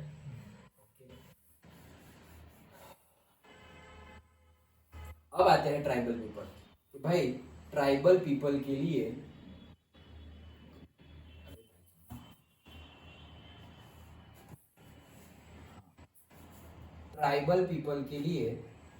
क्या था एनसीएम? ओके, उनके लिए एनसीएम मूवमेंट क्या थी ट्राइबल पीपल के लिए? स्टार्ट करते हैं। Most of the tribal people were dependent on forest for their livelihood, but under new forest policies the government had put several restrictions on the people. कि भाई सबके लिए, जो ट्राइबल पीपल है, ट्राइबल सबके लिए, देखो सबकी डिमांड अलग अलग है। मिडिल क्लास, उनकी डिमांड अलग है, और उन्होंने कुछ अलग तरीके से प्रोटेस्ट किया और सपोर्ट किया एनसीएम को। स्कूल नहीं जाना, कॉलेज नहीं जाना है, ये वो, ओके। फिर हमने बात की पीजेंट्स की, फिर हमने बात की, अब बात कर रहे हैं ट्राइबल पीपल की, ओके। सो ट्राइबल पीपल की मेन काम क्या है? मतलब वो लोग कैसे पैसे अर्न करते हैं? वो लोग थोड़ी खेती करते हैं, तो वो लोग जाते हैं फॉरेस्ट में, फायरवुड और फॉरेस्ट की जो भी प्रोड्यूस है वो लेके आते हैं, उसको सेल करते हैं, उसको कंज्यूम करते हैं और अपना लिवलीहुड चलाते हैं, ओके। तो वही चीज है, most of the tribal people were dependent on forest. सब लोग किसके ऊपर डिपेंडेंट थे? फॉरेस्ट पे। खाना बनाने के लिए जो फायरवुड चाहिए उसके लिए भी, और बाकी सब चीजों के लिए भी, फॉर द लिवलीहुड। बट नई पॉलिसीज, नया एक्ट, रूल लेके आ गए थे कौन? ब्रिटिशर्स। उसके अकॉर्डिंगली कोई भी फॉरेस्ट में विदाउट परमिशन जा सकता नहीं है। तो फिर ये लोगों को प्रॉब्लम हो गई। सो फॉरेस्ट पॉलिसी आ गई और बहुत सारे रिस्ट्रिक्शन लगा दिए। सो क्या क्या थे वो?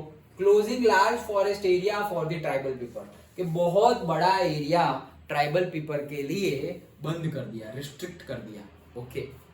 Next, forcing them to contribute begar for road building. भाई एक तो फॉरेस्ट में जाना बंद कर दिया और बैगर एक्टिविटी करवा रहे हैं, और क्या करवा रहे हैं? रोड बनवा रहे हैं, और उसका पैसा भी नहीं दे रहे हैं, road construction.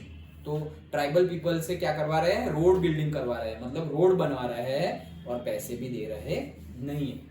Preventing people from entering the forest to graze their cattle or to collect the fuel wood or firewood and fruits।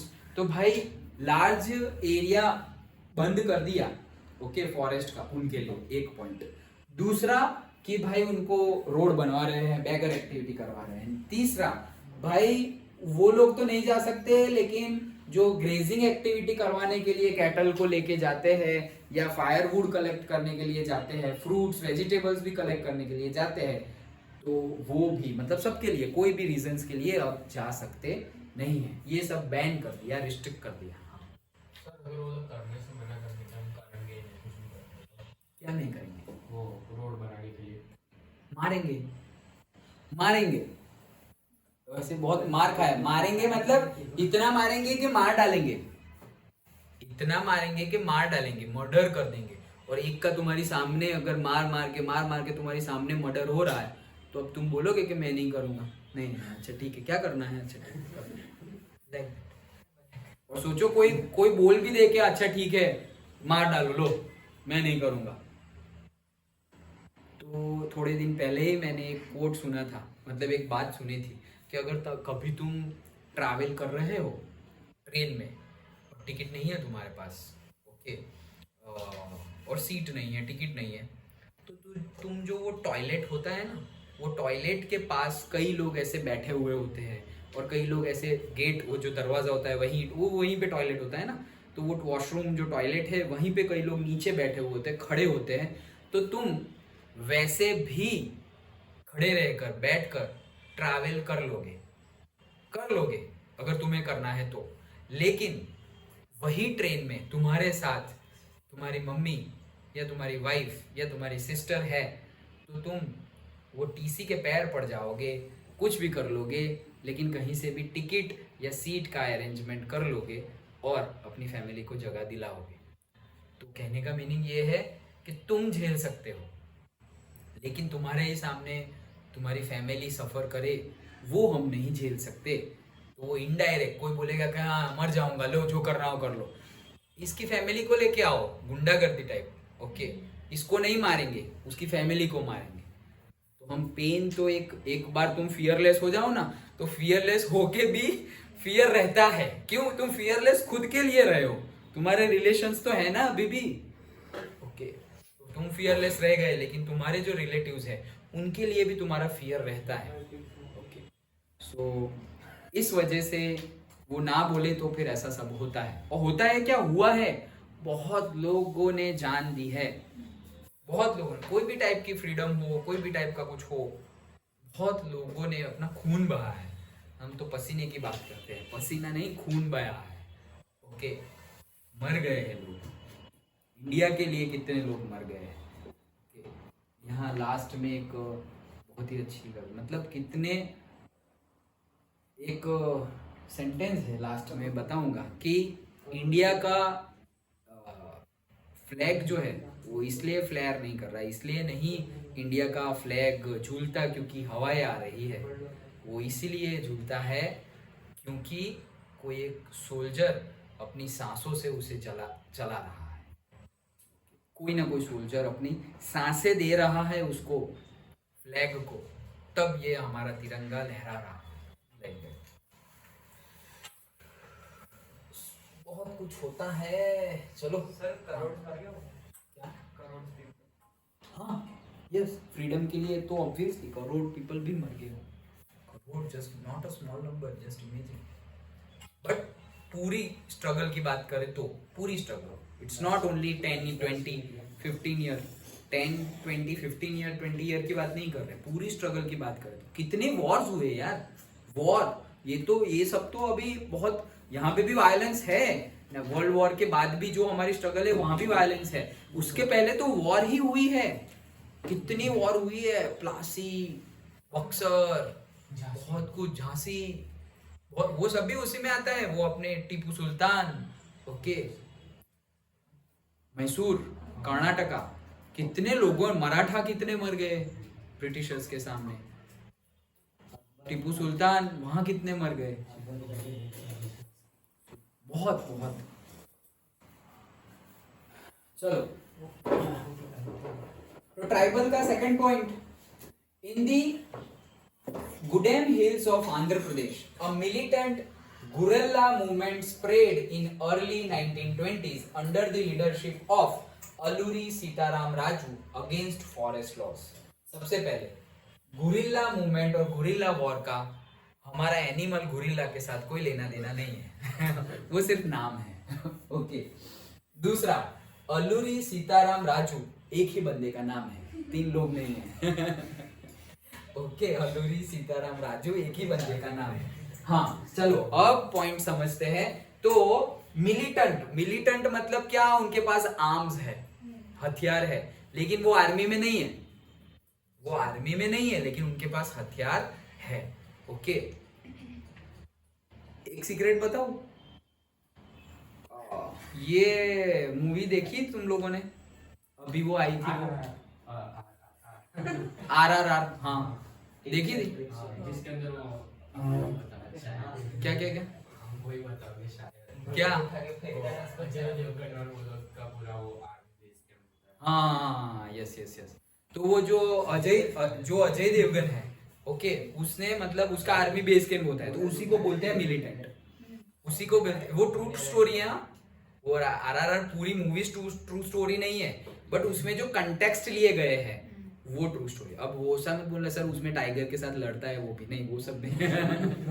Okay हाँ कौन सा क्या?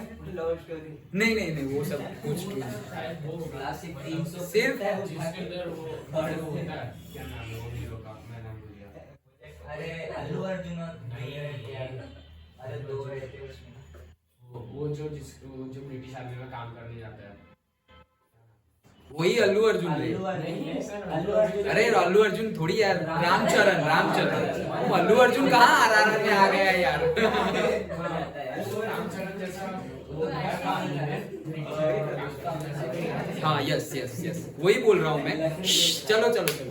सो वो ट्रू स्टोरी पूरी नहीं है, लेकिन उसमें जो थोड़े थोड़े कंटेक्स्ट है, ओके, वो ट्रू स्टोरी बेस है। जैसे कि वो बोल रहा है कि आर्मी में वो जो हीरो था, ओके, जो ब्रिटिश पुलिस में काम कर रहा था, ओके, तो वो ट्रू है, था ऐसा हमारा पर्सन, इंडियन पर्सन।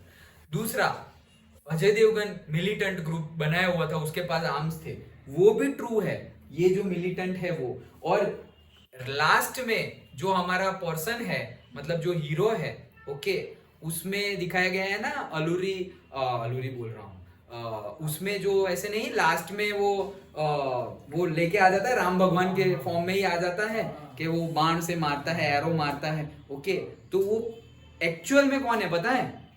ये अल्लूरी सीताराम राजू, एक्चुअल में उसका नाम ये है। हाँ एक्चुअल में, मतलब मूवी में भी, और एक्चुअली ये था ये था,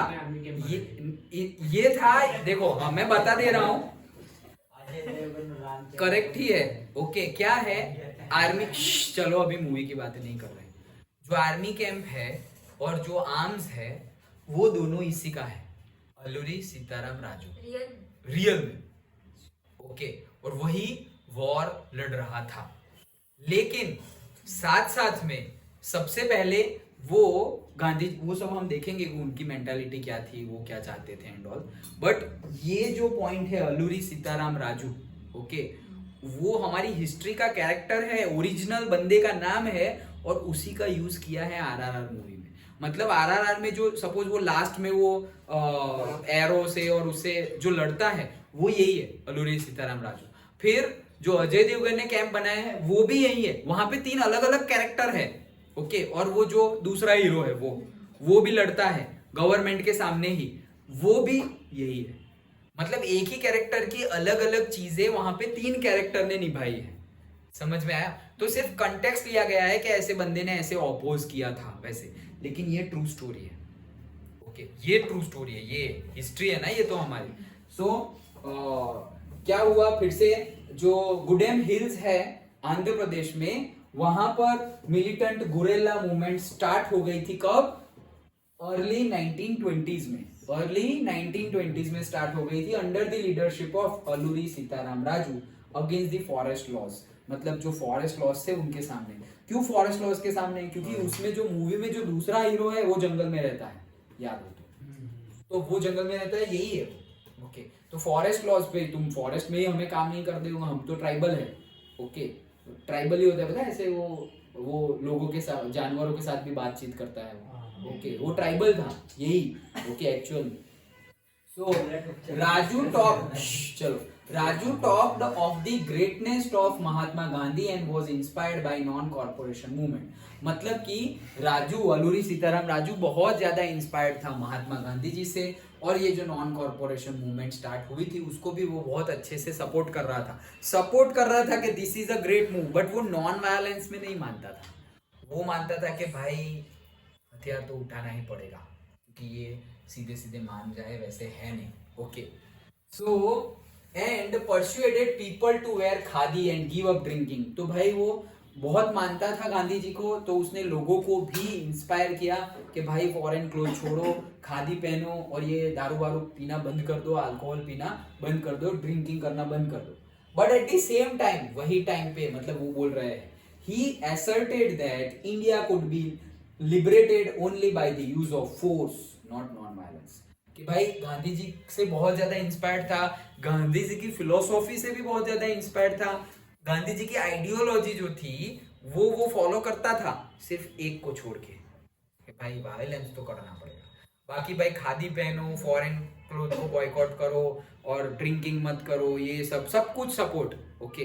लेकिन यहाँ वो उसकी मेंटालिटी क्या थी कि यहाँ पे तो हमें लड़ना ही पड़ेगा, अदरवाइज नहीं मिलेगा कुछ। सर हाँ ऐसा भी होता है कि उनके पास स्पेशल पावर थी प्रेडिक्ट करने क्या क्या क्या क्या क्या? की, उनके पास स्पेशल पावर थी प्रेडिक्ट करने की। किनके पास? ये अलग सीधा नहीं नहीं नहीं, ऐसा नहीं। मतलब मैंने पढ़ा। प्रीडिक्ट करने की मतलब? प्रेडिक्ट मतलब वो प्रेडिक्ट करते हैं ना आगे का, ऐसा। अच्छा हाँ, एस्ट्रोलॉजर टाइप। हाँ जो हो सकता है, मैंने ऐसा नहीं पढ़ा, लेकिन हो सकता है, हो सकता है। एनसीईआरटी एनसीईआरटी में है? हाँ, NCERT में एनसीईआरटी तो मेरा पेन रह गया फिर। या ओके, तो इसका या तो किसी और का, पर है सही। नहीं। अच्छा हो सकता है, yes okay. I today only, आज ही पढ़ लूंगा मैं। ओके हाँ चलो। So the Goodam rebels attacked police stations, attempted to kill British officials and carried on guerrilla warfare for achieving Swaraj. तो मतलब ये लोग तो वायलेंस में मानते ही थे, तो ये लोग तो अटैक करने लगे, ओके। और सब कुछ जहाँ भी उनको लगे कि भाई ये अटैक करना है, तो ऑफिशियल को, पुलिस स्टेशन को वो अटैक करने लगे। अटैक किया मतलब पूरी की पूरी पुलिस चौकी उड़ा दी थी बॉम्ब से, ओके। राजू, लेकिन लास्ट में हुआ क्या, राजू को पकड़ा गया वो राजू, और उसको मार दिया गया, okay. So Raju was captured and executed in 1924 and over time became a folk hero। तो भाई उसको पकड़ा गया और उसको मार भी दिया गया, लेकिन by the passage of time एक लोगों का हीरो बन गया था, फोक हीरो, ओके। क्यों? क्योंकि भाई वो अपने लड़ते लड़ते उसने जान दे दी भाई,